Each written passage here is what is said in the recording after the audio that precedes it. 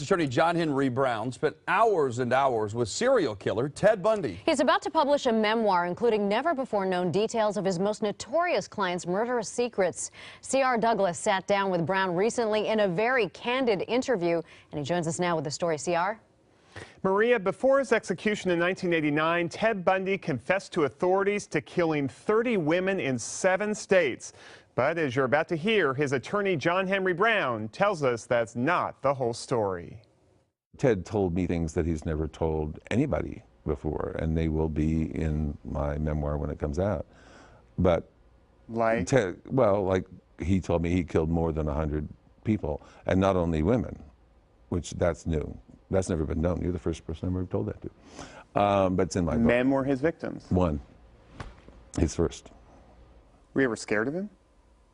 Yes. Really? Yeah, well, and actually kind of got more scared after putting things together the last couple of years, writing about it. And I was talking to people who introduced me to Ted and how I got involved with Ted. And I now believe that Ted actually chose me. And but I found out that he researched me. He knew where I lived. He knew what kind of clothes I had. He knew what kind of cars I had. He knew. And the women I was dating were the same kind of women that he was murdering. I mean, it was really, so now I've kind of put this together recently.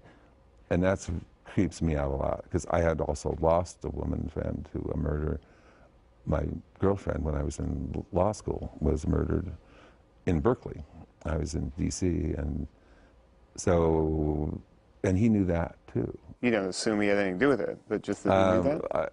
I pray to God that he didn't, and I never even thought about that until recently, because they reopened some of those cases in California. Because it's never been solved? Nope. But it wasn't in the area where he told me he had killed people. After Bundy's second breakout from a maximum security prison, law enforcement across the country was on full alert. A few weeks later, when 2 sorority girls were killed in Tallahassee and 3 others severely attacked, suspicions grew that Bundy was responsible. When he escaped the second time, the country was frantic. The FBI was #1 wanted person in the country. And I knew he'd kill again, for sure. And I didn't know where he was. I had no idea he'd go to Florida, where I told him he'd get the death penalty, you know. So I get a call. I was in my office about 7 o'clock at night, 8 o'clock at night, and I get a call from my answering service. There's a Mr. Rosebud on the phone. And I went, I knew it was Ted immediately. And he's calling from jail, and he'd been apprehended in Florida. And he was really crazy in that phone conversation. So I had the biggest ethical dilemma of my career that night, because they didn't know who he was. So he's in police custody in Florida, and the cops had no idea who he was. And he's calling me, and I know it's Ted Bundy, and I know if they don't figure out who he is, and if they release him, because he was just arrested for, suspicious, or something, wasn't it? Right, that they'd release him, and he'd probably kill other people. So it was the biggest ethical dilemma of my life. I mean, do I call somebody and say, it's Ted Bundy? But see, ethically as a lawyer, I'm not allowed to do that. So you didn't? I didn't, but I almost did. And then the next day, it was figured out that it was Ted, so thank goodness. Brown says one of his biggest legal accomplishments was convincing prosecutors in 4 states to spare Bundy's life. I got a plea bargain for Ted. Nobody ever thought you'd get a deal for Ted Bundy. I got a deal for Ted Bundy to avoid the death penalty if he pled guilty and to a life sentence in Florida, Utah, and Colorado, and Washington, more or less. And he was going to do it. It's really a fun, interesting story in the memoir, I think, the way it happened, because he was going to do it, and we're walking in this courtroom, and everybody knows we're going to do it, and he turns around and says, I'm not going to do it. So I think he had a death wish. So in Miami, when he was in the cell, I had come there I had not represented him anymore after he turned down the plea bargain, but I was going to be a witness in his trial about something. And we spent 4 or 5 hours together. That's when he gave me most of the details of what happened. And he was crying, which I've never seen him do before. So he's a sociopath, and most sociopaths don't cry. And most sociopaths never say they're a bad person. And Ted looked up to me and he said, John, I want to be a good person, I'm just not. So that to me was really interesting, because most sociopaths never admit they're evil at all. And I think Ted really knew he was evil.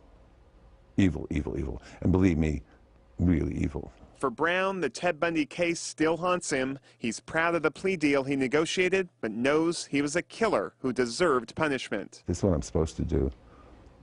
It's not really fun. It's really hard work, and you don't make a lot of money. So it's kind of my path, I think. You can't see yourself doing anything else? Writing, which is what I want to do. I mean, how much longer will you do this? Well, 3 years ago, I changed my overhead thinking I would slow down, and since then I've tripled my overhead. So I think when Sergeant Bale's case is over, which will take 2 or 3 years, I'll turn my business over to the 3 incredibly competent women attorneys that work for me, and then just do 5 cases a year rather than 50. And it wasn't like I planned my life this way. It just kind of happened. So. A fascinating guy for sure. John Henry Brown's memoir will be out in a few months. Think he knows more about Bundy than anybody else? I do. I mean, he was one of the closest attorneys this guy had. There are certainly people who are friends that have written about him, and Ann Rule, this true crime writer we know from this region, has written a lot about him. She worked with him. But no one who is this close to him as a lawyer has come out. And actually, as he was about to be executed, Ted Bundy signed a release with John Henry Brown saying, I relieve you of attorney-client privilege, and you can now share everything. So this is what we're getting 30, 35 years later. Finally, the stories are coming out from a guy who really knew all the secrets. It's just fascinating. We want to hear all that insight. All right, CR, thank you very much. Looking forward to the book now, Absolutely. too. And you can watch more from CR's interview with Brown and hear what he told us about defending the JBLM soldier accused of killing Afghan civilians. That's on our website, Q13Fox.com. Tonight, harsh questions over